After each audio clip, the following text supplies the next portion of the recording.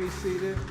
We want you to know that you are among friends, and we invite you to be a part of whatever is happening on this sacred campus, either in person or virtually, and that goes for you in the live stream community. We are doing all that we can to make certain that we can reach and connect with you.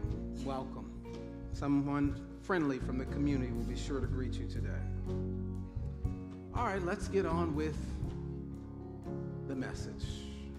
I want to talk to you from the subject, the big comeback,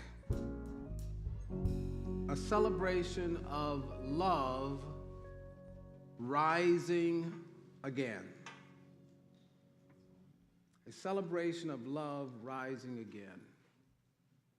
And we are in a very sacred, holy season, not only for those of us who follow the teachings of the master teacher, Jesus the Christ, but also for those who identify as Jewish, celebrating the Passover, and those who identify as Muslim, celebrating the holy month of Ramadan, and all people aspiring to become better and greater by this season.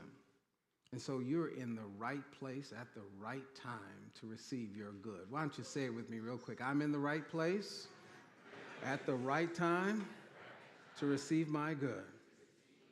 Point to yourself like you mean it. I'm in the right place at the right time to receive my good. We're coming out of what many would consider the unthinkable. A time in which, perhaps for the second time in human history, in a sort of romanticized way, darkness fell upon the face of the deep again. And no one was exempt from the experience this time, yes? I believe in the creation story, the first time darkness fell upon the face of the deep, there were no inhabitants upon the face of the earth to witness it. But for most of us, I would say for all of us, we were touched by the darkness of a double pandemic, a pandemic not only of our public health, but one of our public safety, that of witnessing unchecked racism in full display with the traumatizing death of George Floyd. Darkness fell upon the face of the deep. Yet no matter how impenetrable the darkness, no matter how deep the wound, no matter how scathing the betrayal, no matter how seemingly unending the trial or the tribulation, we are here because something deep within us remembers that there is a power within us that cannot be defeated even by death. That's why we rise up early on a Sunday morning to commemorate the life, the teachings, the way and the example of Jesus the Christ, because something about him reminds us about something about us. That there is a deep that calls unto deep. Look at somebody on your left and right and say, deep is calling unto deep. Go ahead and tell them. Deep, there's a deep that calls unto deep. And the power that gives us this capacity to return, to renew, to come back. This power is the very love of God that embedded and encoded all of creation. It is this power for which all counterfeit powers seek to harness, control, manipulate, commodify, sell, and usurp. All false powers are trying to copy the one power. Because they have a wrong idea of what this power really is. It's externalized as force, domination, imperialism, colonialism, corporatization, and weaponization. How strange is it that at a moment when the whole world needs some breathing space, the second that we feel that we have come out of the tomb of sheltering in place and ready to walk into the bright sunshine of a new normal, that there would be a war to welcome us. Is anybody in church this morning? How strange is that? And I believe it is strange because we have not come to realize, come to truly accept as a human household the truth about this power.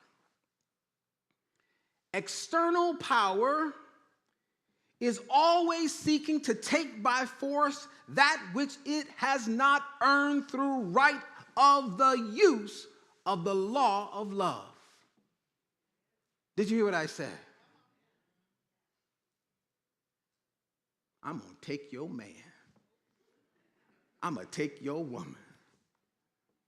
And the reason why you're trying to take something is because you didn't draw it to you by right of your own consciousness. Are you with me?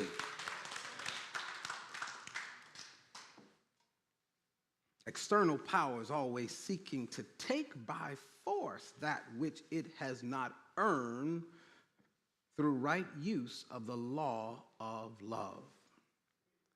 And whether we know it or not, we are each here to awaken to the realization that we have been created by love, with love, to, come on, love.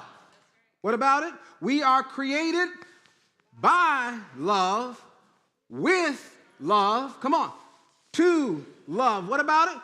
By love, with love, to love. That's it. And until humanity awakens to this basic realization, we will continue to suffer and to struggle. The primary cause for all of our sufferings, beloved, is forgetfulness that we are spiritual beings made in the very image and likeness of God, here to be a billboard on full display for the love of God. Tell somebody, for the love of God. For the love of God. Be yourself. Say it again. For the love of God. Be yourself. This is what the mystical call in Genesis was about. And darkness was upon the face of the deep, and God moved upon the face of the waters, and God said, let there be. And the let there be light is not the cascading sun, but the light that is within each and every one of us is what's being called for. Are you hearing me? Say to somebody, for the love of God, be yourself. Come on, say it again. For the love of God. Be yourself. Everybody else is taken.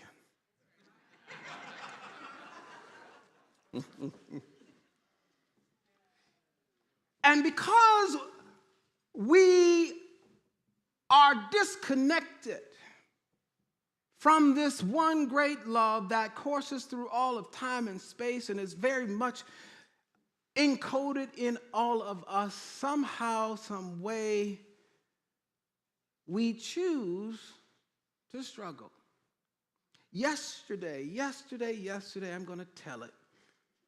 You know, God always gives me fresh manna, fresh material. I was sitting at the car charging station, charging my car, and I was listening to some music that you'll hear in a little while. We'd recorded it, and I was enjoying it, and I was just, having the time of my life. I was joy-cotting. You know what I mean? I'm there in my car, my windows rolled up. I am having the time of my life and clearly in joy. I was what? In joy. And the lady who was charging her car beside me rolled down the window with a scowl on her face, beckoning me to roll down my window. And so I rolled down my window, and I'm still in the music. And she says, I have a headache already. I have a headache already with all that music going. Now, you know me.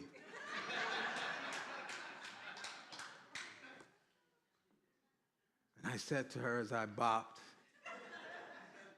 did you have a question that you wanted to ask me?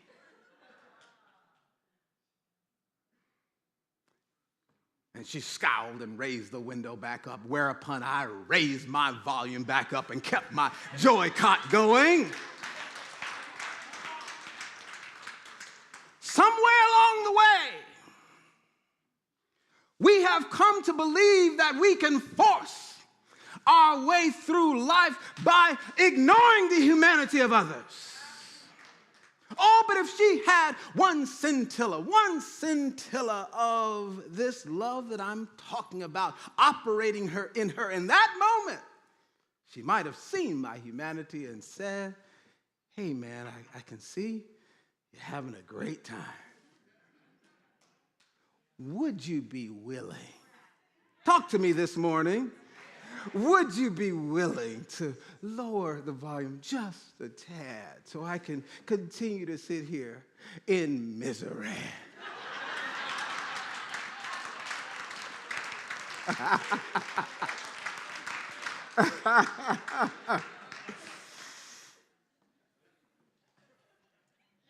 And so I would rather be a contagion of joy than a prisoner of misery. And I believe somewhere, somehow, that joy becomes a reminder of something deep within us that we remember, that maybe we've forgotten because of our sojourn on this sometimes challenging and difficult blue orb. Some ask themselves, is love enough? Is it enough? And there's a lot of debate over whether or not love is enough. And I say love is enough. The problem is we have not been taught what love really is, so we continue to buy into the illusion of separation, competition, and worldly material success as the ultimate markers of human progress. Shall I tell it? Now, you all not going to tell nobody out here. That if I tell this next thing, you're not going to tell anybody else. You watching in live stream, you better not tell it.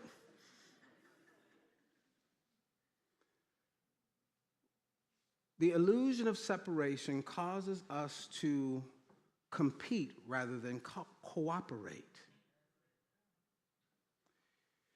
And it is an illusion because indeed we are all inextricably bound in a web of mutuality, Dr. King said. And what affects one ultimately, affects.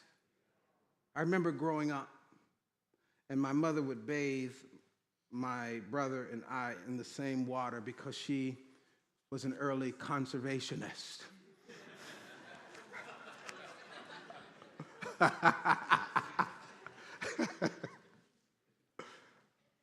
She's going to save some water. She put me in the front of the tub and my baby brother in the back of the tub. And my baby brother, and there's three of us, but at the time there was just two of us.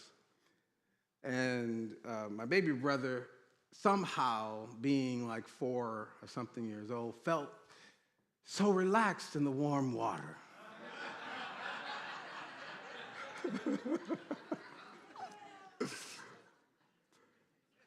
And so he relieved himself. Urine, right there in the tub. And you can see the evidence of his relaxation. And so I look back at my brother. I was like, Mikey, he doesn't like to be called Mikey today, but back then it was Mikey. Mikey, why did you pee in the tub? He said, it's on my side of the tub. It is not on your side. He says, on my side. It's not on your side of the tub. What are you complaining about?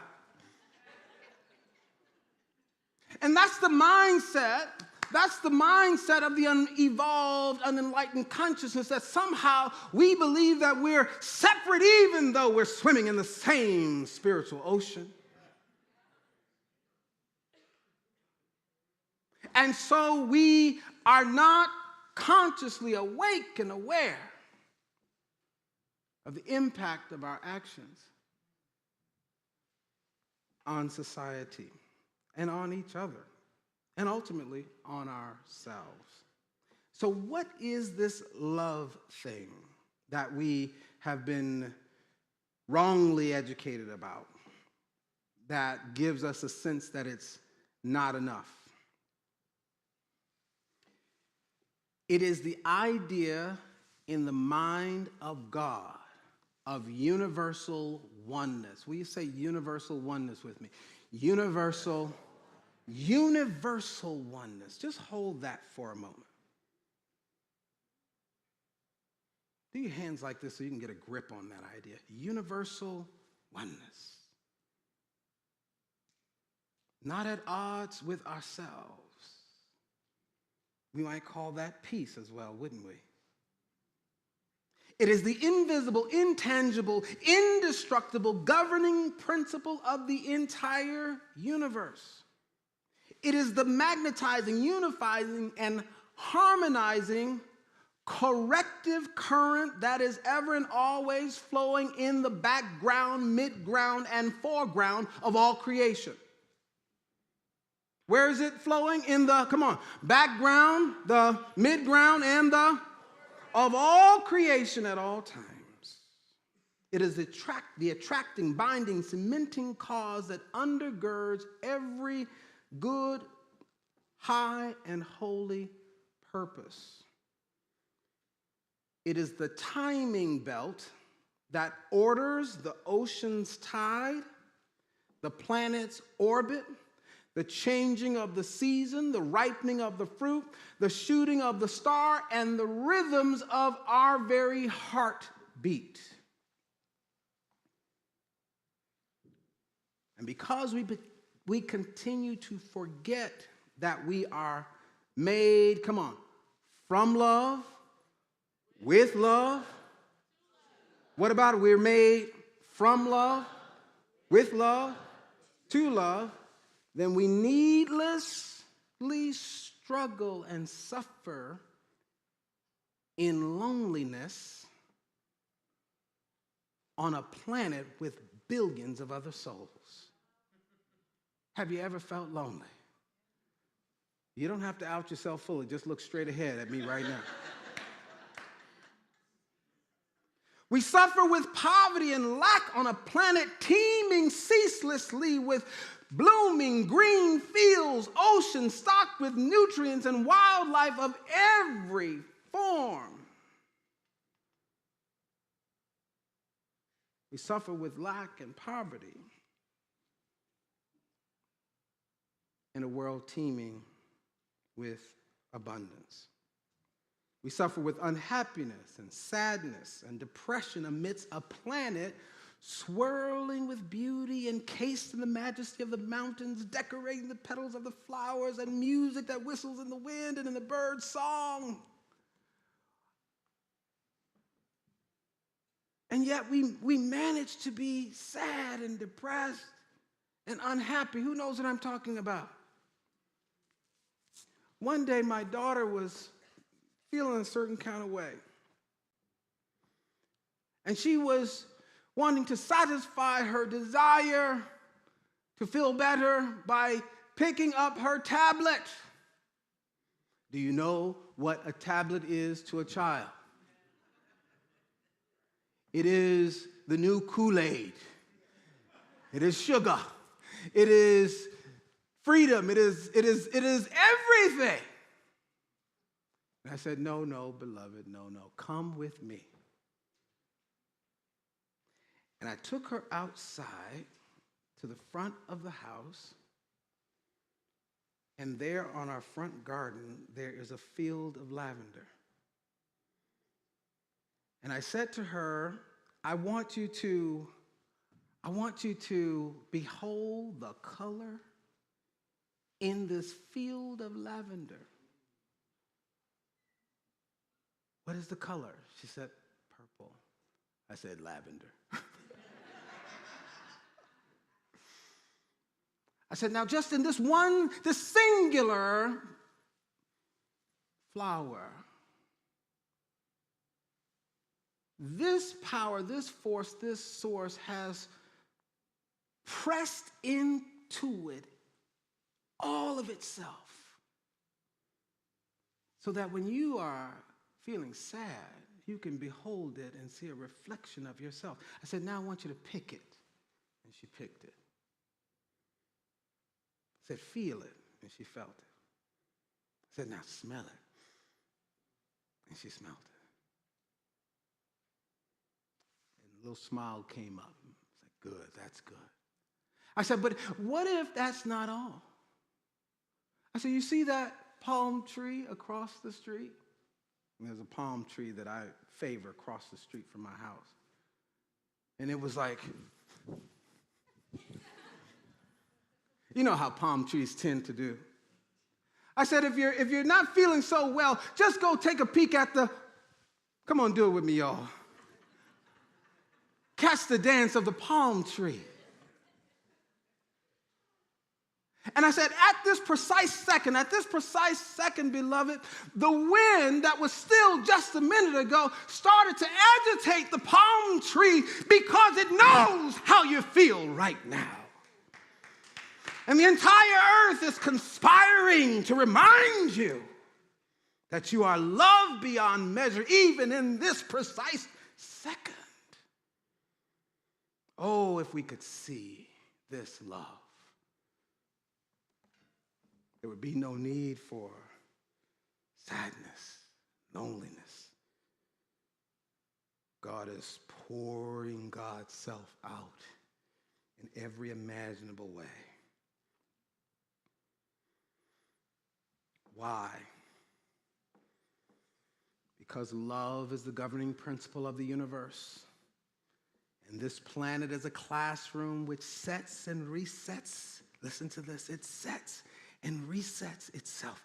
The planet is a classroom that sets and resets itself for every generation and every civilization, with the ultimate aim to be used with the purpose of evolving humanity from a dualistic society of haves and have-nots to a unified species that is a reflection of one common universal source of our origin.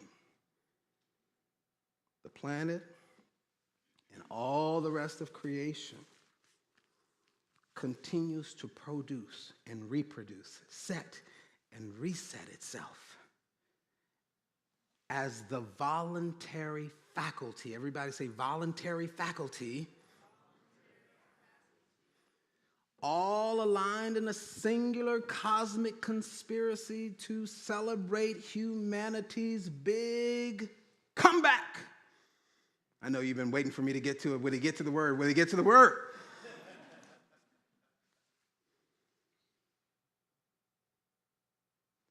This whole thing is a setup.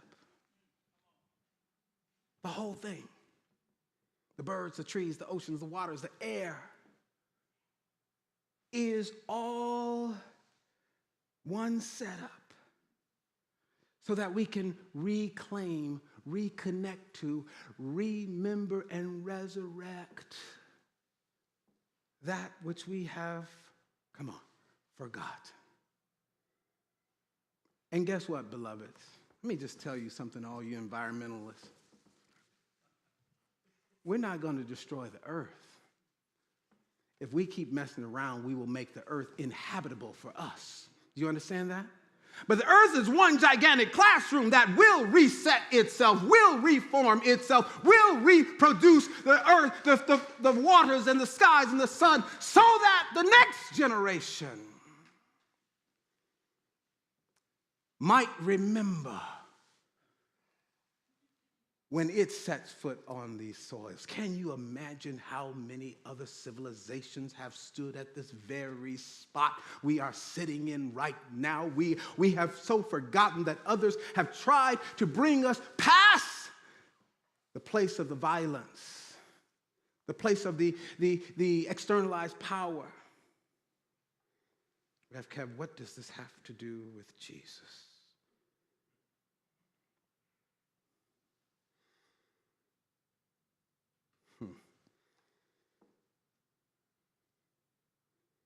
For God so loved the world that God gave God's only begotten Son. Now, the illusion is that the only begotten Son was the person of Jesus, the personality, the human personality of Jesus. The only begotten Son of God is love. Did you hear what I said? The only begotten Son of God is?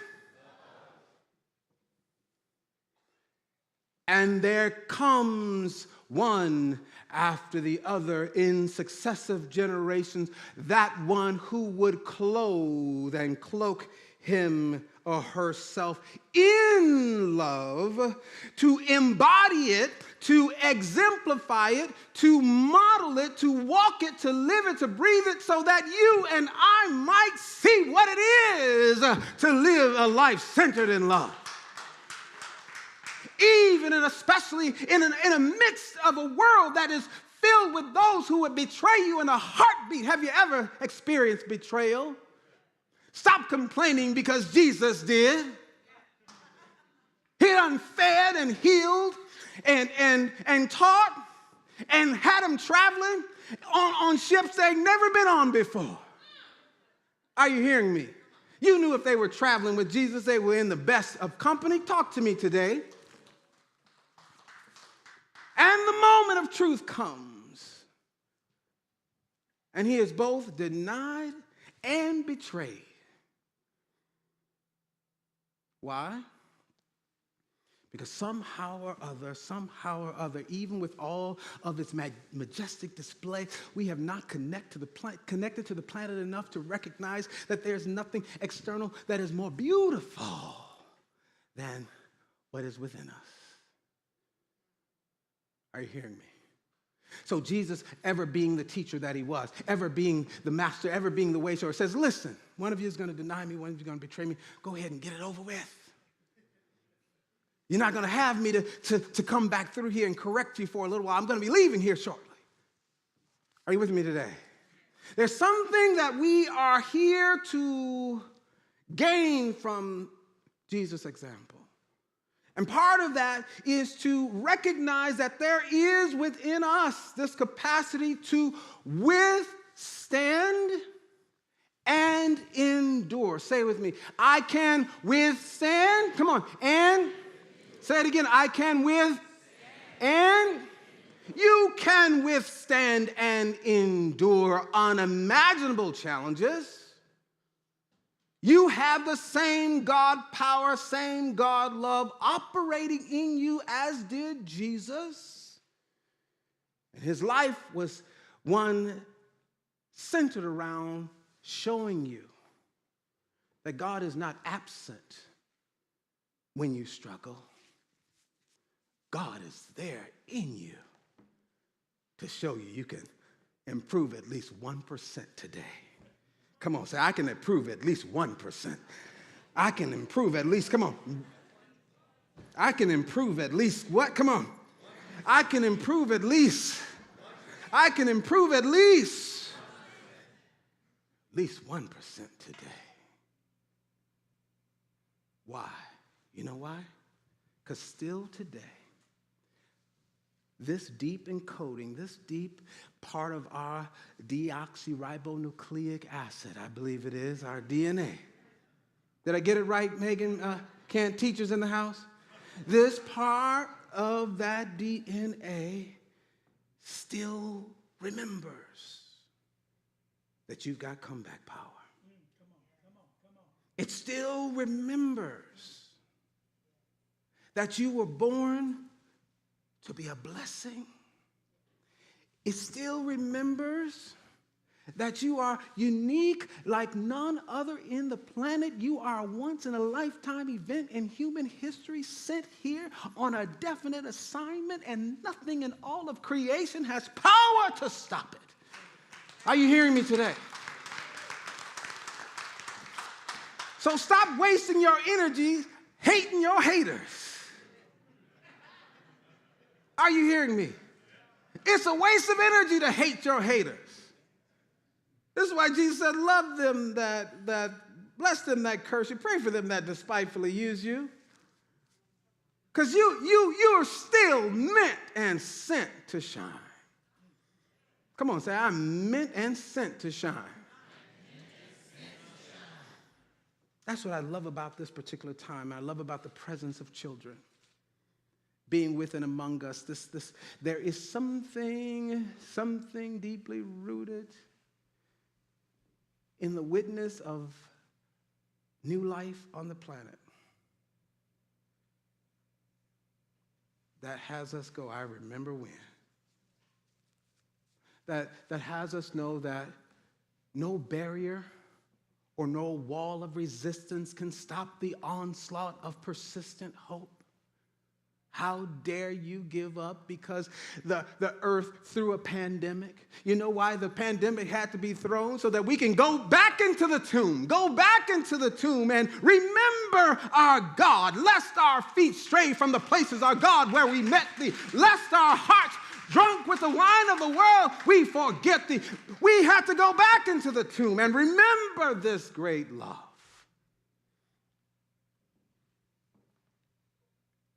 And emerge with the help of our ancestors, with the help of the angelic realms, with the help of the invisible hand of God.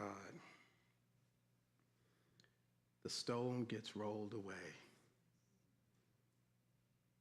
And then we can shake off the grave clothes of complaint about how awful it was. Guess what? You ready?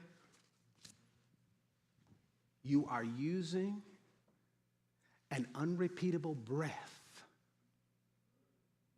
in an unrepeatable moment of your time, of your life, wasting your breath in an unrepeatable second of your life, talking about how awful it was in the pandemic. Everybody already knows.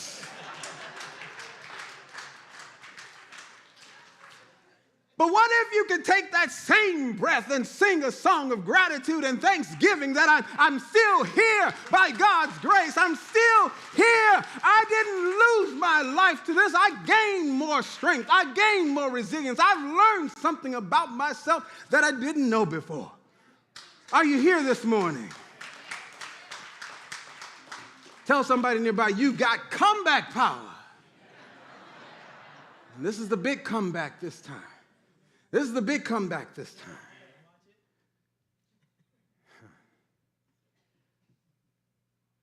So we teach here that Jesus was sent to the earth school to model and embody what love looks like, to walk it around, and then to look straight in the face of death. To look straight in the face of death, as we did during this pandemic. How many of you had a loved one that didn't make it this time?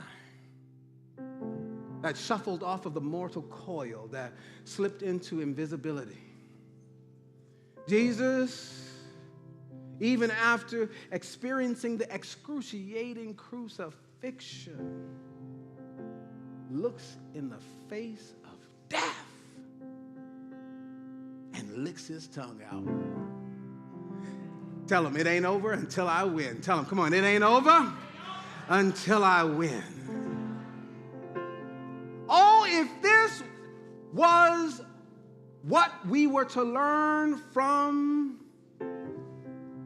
the pandemic, that even death cannot stop this universal source, force, power, love that is teeming through all of creation, that is setting and resetting itself, dressing and redressing itself, opening itself so that we might stand on the stage of humanity and be the very Christ that we have come to celebrate.